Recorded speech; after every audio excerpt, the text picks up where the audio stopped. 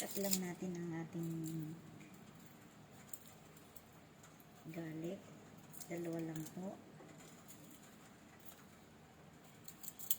Dalawang piraso lang po ng garlic ang ating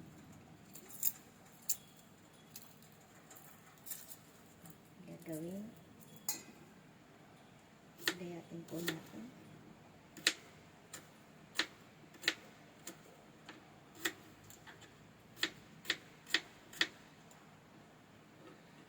Ito po yung ginawa ko nang ako po ay ako po ay na-COVID.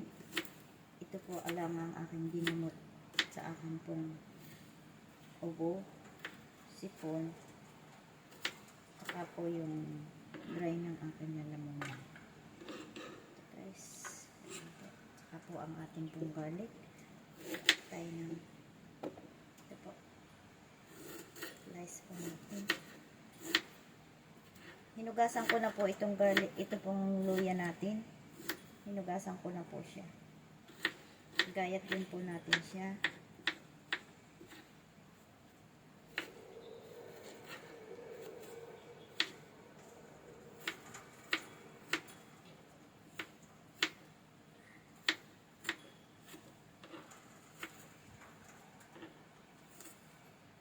Mas maganda po yung gagawa tayo ng home remedy natin na kung ano po yung meron sa bahay, kasi po tayo didepende sa gamot. Tapos, ilagay na po natin ang ating pong water.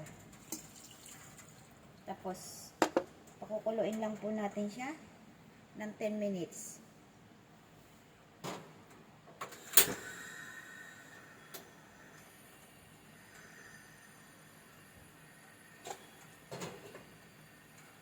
So, after po napakuluan natin, gayat po tayo ng ating lemon.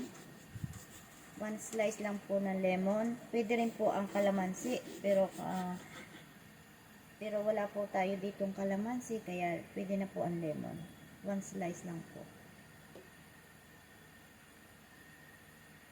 Tapos, lagyan po natin siya ng, after po na maluto siya, lagyan po natin siya ng honey.